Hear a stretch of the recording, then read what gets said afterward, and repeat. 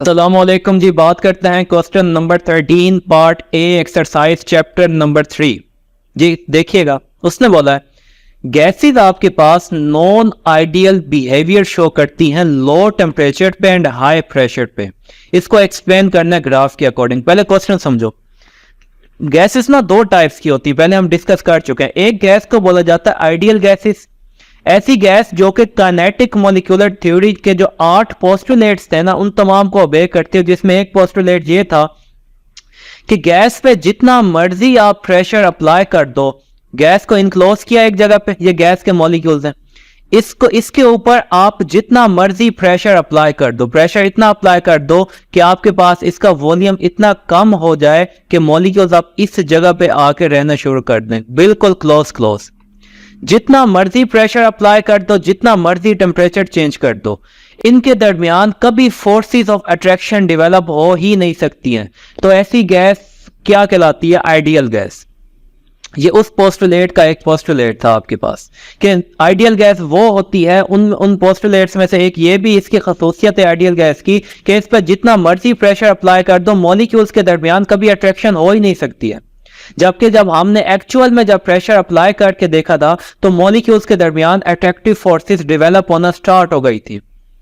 दूसरी बात कि लो टेम्परेचर करने से इनकी जो काइनेटिक एनर्जी थी, high pressure plus low temperature करने से इनकी काइनेटिक एनर्जी मतलब कि इनकी मूवमेंट जो है ना वो कम हो गई थी। मूवमेंट कम होने की वजह से क्या हुआ था आपके पास कि ये एक जगह आके बैठना शुरू हो गए थे, आसानी से अट्रैक्टिव फोर्सेस डेवलप होना स्टार्ट हो गई थी। तो ये गैस को हमने बोल दिया था ये गैस बन चुकी है नॉन आइडियल। नॉन आइडियल का मतलब कि इन जो आइडियल के पोस्टुलेट्स थे ये उसको नहीं मानती है, मतलब कि हाई प्रेशर पे एंड लो टेम्परेचर पे इनके दरमियान अट्रैक्टिव फोर्सेस डेवलप होना स्टार्ट हो जाती है। ये था उसने क्वेश्चन पूछा हुआ था जो कि मैंने आपको एक्सप्लेन किया आसान लफ्जों में। अच्छा, अब इसको लिखना कैसे, अब ये देख लो कौन कौन से पॉइंट्स लिखने हैं। तो ये देखो, हाई प्रेशर क्या करता है, जब हम प्रेशर हाई करते हैं तो मॉलिक्यूल्स क्या आना स्टार्ट हो जाते हैं, एक दूसरे के क्लोज आना स्टार्ट हो जाते हैं, और लो टेम्परेचर की वजह से उन्हीं मॉलिक्यूल्स की काइनेटिक एनर्जी क्या हो जाती है, वो कम होना स्टार्ट हो जाती है। लो मॉलिक्यूल्स की वजह से उनकी काइनेटिक एनर्जी कम होना स्टार्ट हो जाती है, हाई प्रेशर की वजह से मॉलिक्यूल्स क्लोज आना स्टार्ट हो जाते हैं और आपके पास उनके दरमियान अट्रैक्टिव फोर्सेस डेवलप होना स्टार्ट हो जाती है। जितना ज्यादा हाई प्रेशर, जितना ज्यादा लो टेम्परेचर, उतनी ज्यादा अट्रैक्टिव फोर्सेस उनके दरमियान डेवलप होंगी, वो गैस आपके पास नॉन आइडियल बनना स्टार्ट हो जाएंगी। तो attractive forces between gas molecules dominate कर जाती है, गैस आपके पास नॉन आइडियल बिहेवियर शो करना शुरू कर देती है, मतलब कि आइडियल नहीं रहती है। तो ये ग्राफ आपके सामने प्लॉट किया गया, देखिएगा। जब हम ग्राफ प्लॉट करते हैं इस PV/RT एंड P के दरमियान, तो जैसे जैसे यहाँ पे प्रेशर इंक्रीज करता जा रहा है आपके पास, तो कुछ गैसेस हमने लिए, टेम्परेचर यहाँ पे फिक्स किया हुआ है हमने 0 डिग्री का। गैसेस को आइडियल बिहेवियर का मतलब कि यूं बिल्कुल स्ट्रेट लाइन ये शो करनी चाहिए थी जो कि आइडियल गैस की लाइन थी। ये लाइन कैसे आई है देखिएगा, हमारे पास एक इक्वेशन थी PV = nRT, सही हो गया। अच्छा, अब हमने क्या किया है, इनकी वैल्यूज को पुट किया है। प्रेशर हम मान लेते हैं, स्टैंडर्ड प्रेशर आपके पास है 1 atm, वॉल्यूम को हम मान लेते हैं वो आपके पास है यहाँ पे 22.414 dm3, 414 dm3। इस मुकम्मल को आके यहाँ पे डिवाइड कर देते हैं, मोल्स मान लेते हैं उस गैस का, वो 1 मोल था। आर की वैल्यू मान लेते हैं वो आपके पास थी 0.0821 एंड टेम्परेचर हम मान लेते हैं स्टैंडर्ड जो होता है 273। जब इस मुकम्मल को हमने सोल्व किया, इस इक्वेशन को हमने यूं बनाया PV/nRT, तो ये आपके पास अब किसके इक्वल आ चुका है, इन तमाम की वैल्यूज मैंने यहाँ पे पुट की है। जब इसको हमने सोल्व किया, ये अब आपके पास इज इक्वल टू आ चुका है 1 के। मतलब कि आइडियल गैस को जब स्टैंडर्ड कंडीशंस ये वाली अप्लाई की जाए तो इस फैक्टर की वैल्यू क्या आती है, 1 आती है। तो यहाँ पे ये वैल्यू, इसकी जब हमने इसका ग्राफ प्लॉट किया तो आइडियल गैस हमेशा यहाँ पे लाई करनी चाहिए, इस लाइन पे आनी चाहिए। इसी चीज को बोलते हैं, ये आपके पास है कंप्रेसिबिलिटी फैक्टर। कंप्रेसिबिलिटी फैक्टर कि जितना मर्जी उस गैस को कंप्रेस कर दो, आपके पास वैल्यू हमेशा क्या आएगी, वैल्यू हमेशा किसी भी गैस की 1 आएगी, वो इस लाइन पे फॉल करना चाहिए था। इसको रिप्रेजेंट किया जाता है आपके पास Z से, तो Z हमेशा क्या होना चाहिए था, 1 आपके पास। लेकिन जब हमने 1 by 1 इसको ड्रॉ करना स्टार्ट किया, 1 by 1 जब हमने गैसेस लेना स्टार्ट किया आपके पास, तो हुआ क्या, तो हमने देखा तो आनी क्या चाहिए थी, गैस की जो आपके पास लाइन थी वो कहाँ पे आनी चाहिए थी, 1 पे आनी चाहिए थी। जब हमने हीलियम ली ना तो हीलियम की लाइन देखो इस 1 पे आने की बजाय वो यहाँ पे शिफ्ट हो गई है, 1 से ऊपर की तरफ ये शिफ्ट हो गई है, 1 पे आने की बजाय ऊपर की तरफ शिफ्ट हो गई है। वैसे जब हमने हीलियम गैस को लिया, उस पर हाई प्रेशर अप्लाई करते गए, ये प्रेशर जैसे ही हम उस पर इंक्रीज करते गए तो इसकी वैल्यू हम देखते गए तो ये यहाँ पे आना स्टार्ट हो गई, यहाँ पे ये आपके पास हाइड्रोजन है। तीसरी गैस हमने ली तो ये नाइट्रोजन थी आपके पास, इसने भी कुछ अजीब सा बिहेवियर शो किया कि इस लाइन से, आइडियल लाइन से पहले नीचे गई, उसके बाद ऊपर आई। अगली गैस थी आपके पास CO2, ये कुछ ज्यादा ही नीचे गई, उसके बाद पॉजिटिव डेविएशन शो किया। 1 से नीचे आपके पास वैल्यूज हैं नेगेटिव में, 1 से ऊपर आपके पास वैल्यूज हैं पॉजिटिव में। मतलब कि 1 से नीचे का मतलब कि वो नेगेटिव डेविएशन उसने शो किया, एंड ऊपर का मतलब उसने पॉजिटिव डेविएशन शो। डेविएशन का मतलब अपने रास्ते से हट जाना। अब ऐसा क्यों हुआ है? ऐसा इसलिए हुआ है कि प्रेशर बढ़ाने से उनके दरमियान अट्रैक्टिव फोर्सेस डेवलप होना स्टार्ट हुई है। फोर्सेस डेवलप होने की वजह से वो लाइन उस लाइन से ऊपर शिफ्ट कर गई है या नीचे से ऊपर शिफ्ट कर गई है। ये रीजन थी आपके पास अट्रैक्टिव फोर्सेस की कि 0 डिग्री पे जब भी आप प्रेशर लगाते हो ना, वही फॉर्मूले में आपने क्या करना है, PV/nRT। बाकी सब को कांस्टेंट रखना है आपने। वॉल्यूम इसमें 22.4 ही कांस्टेंट रखना है, वॉल्यूम इसमें 22.414 ही कांस्टेंट रखना है आपने। बाकियों की वैल्यू भी वैसे कांस्टेंट रखनी है, बस उस गैस का प्रेशर चेंज करते जाओ। वैल्यू हम देखते गए थे, वैल्यू आपके पास ऊपर चेंज होती गई थी। जैसे कि फर्स्ट वाला केस देखो तो फर्स्ट वाले केस में हीलियम की वैल्यू प्रेशर हमने तो 1 atm लिया था ना, तो इस पे 200 atm पे भी इसकी वैल्यू यहाँ पे आनी चाहिए थी, लेकिन जब हमने 200 लिया तो 1 के बजाय वो वैल्यू ऊपर शिफ्ट हो गई है गैसेस की। ये था आपके पास क्या, टेम्परेचर 0 डिग्री पे। तो ये आपको उम्मीद है समझ आ गई होगी मैंने क्या बोला यहाँ पे कि तो इस फॉर्मूले में ही अब आपने क्या करना है, वैल्यूज को पुट करते जाना, आपके पास वैल्यूज आती जाएंगी। आपको ये शो करता है ये हमेशा 1 के इक्वल आनी चाहिए थी, प्रेशर जितना भी बढ़ा दो, लेकिन प्रेशर इंक्रीज करने से हमने देखा 1 से ऊपर या नीचे शिफ्ट हुई है। टेम्परेचर फिक्स किया हुआ था, वॉल्यूम भी फिक्स था, R भी फिक्स था, N भी फिक्स था, सिर्फ प्रेशर हम चेंज करते हैं, कभी 200 रखा, कभी 400, कभी 600, कभी 800। तो हमने देखा कि वैल्यू हमेशा इसकी इक्वल टू आनी चाहिए थी 1 के, और आइडियल गैस लाइन के ऊपर ही तमाम गैसेस को लाई करना चाहिए था। लेकिन नाइट्रोजन के केस में हमने देखा जैसे ही हमने क्या किया आपके पास उसको, जैसे ही हमने उसको क्या किया आपके पास के प्रेशर इंक्रीज करते गए, पहले उसकी वैल्यू 1 से कम गई, उसके बाद 1 से ज्यादा गई। इसी फॉर्मूले पे हमने वैल्यूज को पुट किया, इन तमाम चीजों को कांस्टेंट रख के सिर्फ प्रेशर को चेंज करते गए। तो प्रेशर इंक्रीज करने से हमने देखा है उसने डेविएशन शो की है, मतलब गैस आइडियल नहीं है। अब ये था टेम्परेचर भी हमने फिक्स किया हुआ था कितना, 0 डिग्री। अब देखो हम क्या करने लगे, यहाँ पे प्रेशर को भी चेंज करने लगे, प्लस टेम्परेचर को चेंज करके फिक्स करने लगे। ये वाला ग्राफ देखो, ये ग्राफ देखो, अब ये कैसे आएगा आपके पास।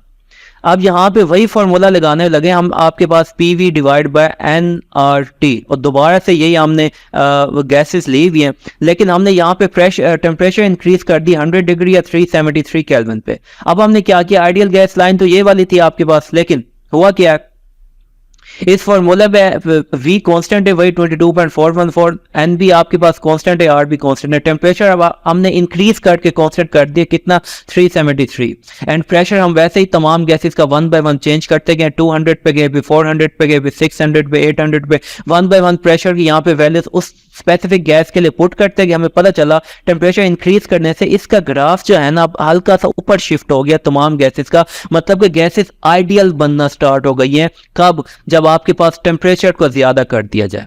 तो हाई प्रेशर पे एंड लो टेम्परेचर पे गैसेस आइडियल शो करती हैं, जो यहाँ पे लिखा हुआ है कि हाई प्रेशर पे एंड लो टेम्परेचर पे ही गैसेस आइडियल होंगी, जबकि लो प्रेशर पे एंड हाई टेम्परेचर पे गैसेस आपके पास हाई प्रेशर पे एंड लो टेम्परेचर पे गैसेस नॉन आइडियल होंगी, जबकि लो प्रेशर पे एंड हाई टेम्परेचर पे गैसेस आपके पास आइडियल बनना स्टार्ट हो जाएंगी। वो सिंपल मैंने बताया, ये ग्राफ कैसे बना है, ग्राफ यूं बना है, इसी फॉर्मूले के अंदर हम 1 by 1 टेम्परेचर को भी फिक्स किया, वॉल्यूम को भी फिक्स किया, एन को भी फिक्स किया, आर को भी फिक्स किया। उस स्पेसिफिक गैस के लिए हम सिर्फ प्रेशर चेंज करते गए। हमने ये देखा प्रेशर चेंज करने से क्या इफेक्ट आया, तो उस लाइन से हट के, मतलब 1 से हट के वैल्यू उसकी आने लग गई। वैसे ही अगले में हमने क्या किया, अगले में में हमने टेम्परेचर चेंज करके फिक्स किया, वॉल्यूम भी फिक्स था, आर भी फिक्स था, एन भी फिक्स था। 1 बाय 1 प्रेशर की वैल्यू आप चेंज करते गए, कभी 200, कभी 400, कभी 600, 1 बाय 1 तमाम गैसेस का बिहेवियर देखते गए, तो हम वो पॉइंट्स आपके पास ऐसे लाई करना स्टार्ट हो गए। हमने इसी से यही नतीजा निकाला कि जब भी प्रेशर आपके पास हाई होगा, टेम्परेचर लो होगा, उस पे जाके गैसेस क्या बनना स्टार्ट हो जाती है, नॉन आइडियल। ये था क्वेश्चन 13 का पार्ट ए। अब आ जाओ क्वेश्चन 13 के पार्ट बी पे। वो कहता है कि कौन से ऐसे पोस्टुलेट्स हैं काइनेटिक मॉलिक्यूलर थ्योरी के जो कि आप समझते हो फॉल्टी हैं, गलत हैं, जिसको सही करने की जरूरत है, जो कि मैं पहले भी इसको एक्सप्लेन कर चुका हूं। इसको जिस साइंटिस्ट ने जो 2 फॉल्टी पोस्टुलेट निकाले थे ना, उस साइंटिस्ट का नाम था आपके पास वैंडरवाल। उसने कहा था गैसेस आपके पास आइडियल हो जाती हैं हाई प्रेशर पे एंड लो टेम्परेचर पे, पहले बात कर चुके हैं। तो कौन से, अब जब प्रेशर हाई किया जाए, टेम्परेचर लो किया जाए, मॉलिक्यूल्स नजदीक आते हैं, उनके दरमियान अट्रैक्टिव फोर्सेस डेवलप होना स्टार्ट हो जाती हैं और वो गैसेस आइडियल नहीं रहती है, वो नॉन आइडियल चली जाती है। जबकि काइनेटिक मॉलिक्यूलर थ्योरी के मुताबिक गैस मॉलिक्यूल्स पे जितना मर्जी प्रेशर अप्लाई कर दो, जितना मर्जी टेम्परेचर लो कर दो, कोई फोर्स ऑफ रिडक्शन डेवलप होनी ही नहीं चाहिए थी। लेकिन जब हमने हकीकत में देखा तो हुई है, तो ये एक पोस्टुलेट उसका फॉल्टी हो गया। दूसरा उसने कहा था कि गैस का जो वॉल्यूम है ना, जो वॉल्यूम गैस ने ऑक्यूपाई किया हुआ है, वो गैस का वॉल्यूम नेग्लिजिबल होता है as compare to total volume. मतलब कि ये आपके पास एक खाली सिलेंडर है, इसको समझिएगा, ये एक एम्प्टी सिलेंडर है आपके पास, इसका इस वक्त वॉल्यूम कितना है, इसका इस वक्त वॉल्यूम है इतना, ये V है इसका। इसमें जब हमने गैस के मॉलिक्यूल्स को फिल किया, अब गैस के मॉलिक्यूल्स से जाके ये मुकम्मल वॉल्यूम ऑक्यूपाई कर दिया, यही वॉल्यूम अब गैस के मॉलिक्यूल्स का वॉल्यूम बन चुका है। अच्छा, अब हमने क्या किया, अब इन्हीं गैस मॉलिक्यूल्स को हम कंप्रेस करें, इतना कंप्रेस करें कि ये लिक्विड में ना जाएं, गैस के स्टेट में ही रहें, और इनको एक जगह ले जाके इकट्ठा एक जगह हम किसी जगह बंद कर दें, इसी सिलेंडर के अंदर, इसी वॉल्यूम के अंदर, यहाँ पे हम जाके बंद कर दें।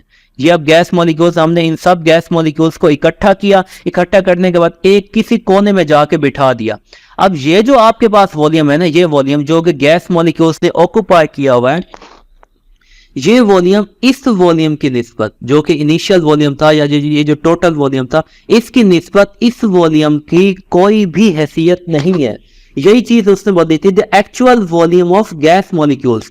ये गैस मॉलिक्यूल्स का जो एक्चुअल वॉल्यूम है वो नेग्लिजिबल होता है, मतलब कि नेग्लिजिबल का मतलब होता है कि जिसको कंसीडर ना किया जा सके, इतना कम होता है, नेग्लिजिबल होता है as compare to occupied volume, के जितना उसने वॉल्यूम ऑक्यूपाई किया हुआ है ना, जितना वॉल्यूम उसने ऑक्यूपाई किया हुआ है, ये टोटल वॉल्यूम उसने ऑक्यूपाई किया हुआ है, जब हम इसको खुला छोड़ देते हैं, मुकम्मल वॉल्यूम ऑक्यूपाई कर देते हैं, इस टोटल वॉल्यूम की निस्बत जो कि अब मॉलिक्यूल्स ने ऑक्यूपाई किया हुआ, जब हम इन्हें एक जगह आके बिठा देते हैं, इनका जो एक्चुअल वॉल्यूम है ना, वो इस वॉल्यूम के मुकाबले में नेग्लिजिबल हो जाता है। मतलब कि गैस मॉलिक्यूल्स का कोई अपना एक्चुअल वॉल्यूम होता ही नहीं है।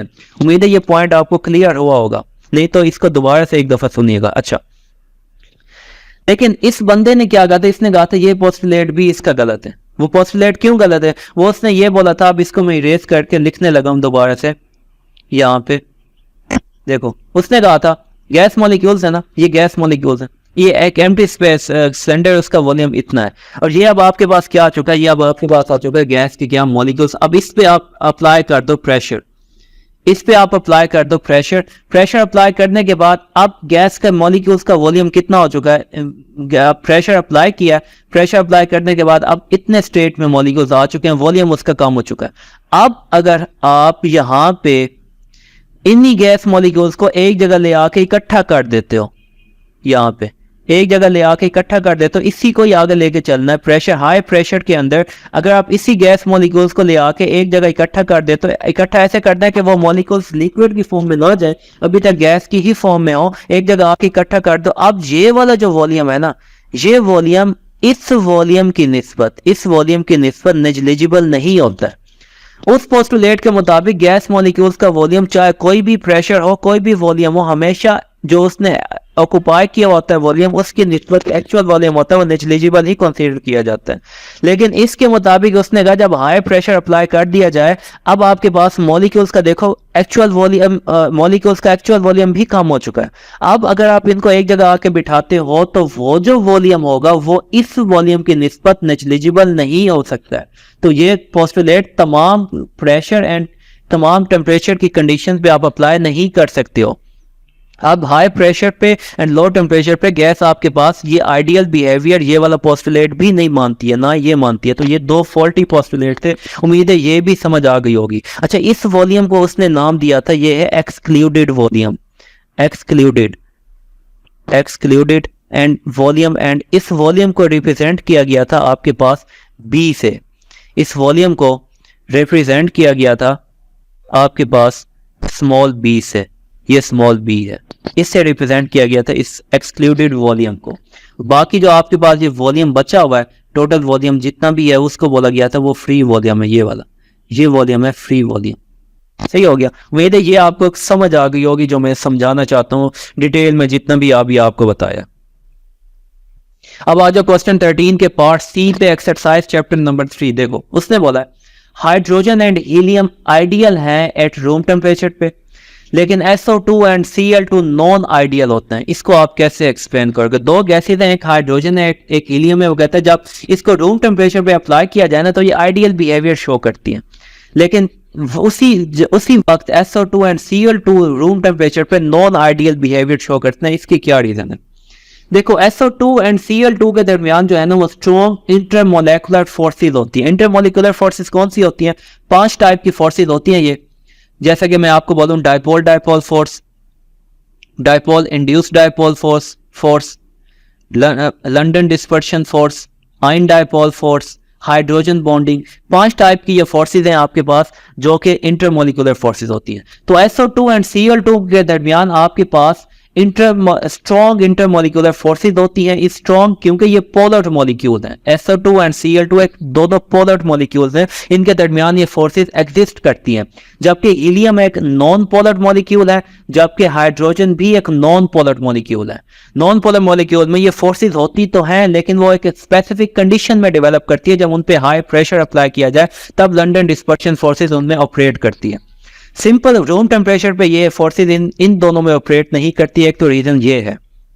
दूसरी रीजन मैंने आपको बोली है कि SO2 एंड Cl2 एक तो पोलर मॉलिक्यूल्स हैं, पोलर मॉलिक्यूल्स की वजह से ये फोर्सेज में डायपोल होगा, डायपोल की वजह से इजीली ये फोर्सेज डेवलप कर जाएंगी। डेवलप होने की वजह से इनका साइज भी है एक लार्ज है एंड पोलराइजेबिलिटी इनकी बहुत ज्यादा। पोलराइजेबिलिटी के मतलब कि इनमें चार्जेस होने की वजह से इजीली पोल्स बन जाते हैं। ये पोलराइजेबिलिटी का मुकम्मल कॉन्सेप्ट जो है ना वो लिक्विड्स के चैप्टर में है। अभी मैंने एक हिंट दे दिया आपको कि पोलराइजेबिलिटी का मतलब कि पोल्स का डेवलप हो जाना, पोल्स का मतलब कि चार्ज का आ जाना। तो SO2 पे देखो जो आपके पास चार्जेस आते हैं ना, यहाँ पे S पे चार्ज होता है आपके पास पॉजिटिव एंड ऑक्सीजन पे होता है नेगेटिव चार्ज। अच्छा, आप कहोगे Cl2 पे, Cl2 भी तो एक नॉन पोलर मॉलिक्यूल है। यस, Cl2 भी एक नॉन पोलर मॉलिक्यूल है, इस पे कोई चार्ज नहीं है, लेकिन इसका साइज बहुत लार्ज है। Cl2 का जो साइज है वो हीलियम एंड हाइड्रोजन की निस्बत बहुत लार्ज है। इसलिए मैंने दो रीजंस लिखी है, SO2 में पोलराइजेबिलिटी एंड ग्रेट साइज दोनों की वजह से, एंड Cl2 में ग्रेट साइज होने की वजह से। एंड इस पे थोड़ा सा भी प्रेशर अप्लाई किया जाए तो ये इजीली किस में चले जाते हैं, पोल्स बना लेते हैं। लंडन डिस्पर्शन फोर्सेस बहुत जल्दी ऑपरेट कर जाती हैं, जिसकी वजह से ये आपके पास क्या शो करती है, non ideal behaviour. Non ideal behaviour show करने का मतलब आपके पास क्या है, ये एक स्पेस काफी ज्यादा ऑक्युपाई करते हैं, इनके दरमियान जो अट्रैक्टिव फोर्सेज हैं वो जल्दी डेवलप होना स्टार्ट हो जाती हैं। तो इनका जो एक्सक्लूडेड वॉल्यूम है, जो कि मैंने लास्ट स्लाइड में आपको समझाया है क्या होता है, इन गैसेज का बहुत ज्यादा होता है। एक्सक्लूडेड वॉल्यूम का मतलब जब इनको एक जगह आके बंद किया जाए ना, एक कोने पे आके बिठा दिया जाए, तो ये जो वॉल्यूम, ये वाला वॉल्यूम जो ऑक्युपाई करते हैं ना, ये काफी ज्यादा लार्ज होता है बनिस्बत हाइड्रोजन एंड हीलियम के। जब ये आपके पास मान लो Cl2 की गैस है एंड ये जो हाइड्रोजन एंड हीलियम है ना, ये मान लो ये आपके पास हाइड्रोजन गैस है, तो किसका एक्सक्लूडेड वॉल्यूम ज्यादा है? Cl2 का ज्यादा, क्योंकि इनके मॉलिक्यूल्स का साइज काफी लार्ज है। जब लार्ज साइज वालों को एक कोने में आके बिठाया जाए वो ज्यादा वॉल्यूम ऑक्युपाई करते हैं। तो ज्यादा इनका एक्सक्लूडेड वॉल्यूम ज्यादा होने की वजह से, इनका साइज ज्यादा होने की वजह से, इनकी पोलराइजेबिलिटी ज्यादा होने की वजह से आपके पास SO2 and Cl2 non ideal behaviour show करते हैं। इनमें अट्रैक्टिव फोर्सेज जल्दी डेवलप हो जाती हैं। जबकि हाइड्रोजन एंड हीलियम का साइज भी स्मॉल है, इनकी पोलराइजेबिलिटी भी स्मॉल है। इसकी वजह से ये फोर्सेज डेवलप तो होती हैं लंडन फोर्सेज, लेकिन वेरी वीक होती हैं और ये इसलिए आइडियल बिहेवियर शो करते हैं। आसानी से इनमें अट्रैक्टिव फोर्सेज डेवलप नहीं हो पाती हैं। तो यही रीजन थी जिसकी वजह से हाइड्रोजन एंड हीलियम आइडियल होते हैं रूम टेम्परेचर पे and SO2 and Cl2 non ideal होते हैं। मोस्ट इंपॉर्टेंट ये शॉर्ट क्वेश्चन था, उम्मीद है समझ आ गई होगी आपको इसकी। अगर तो समझ आ गई है इसको, तो नहीं आई है तो इसको दोबारा देखिएगा, डिटेल में समझाइए। आपको उम्मीद है कुछ ना कुछ सीखने को मिला होगा। अगर तो सीखने को मिला है तो इसको like share subscribe and comment कर दीजिएगा। Thank you very much. Allah Hafiz.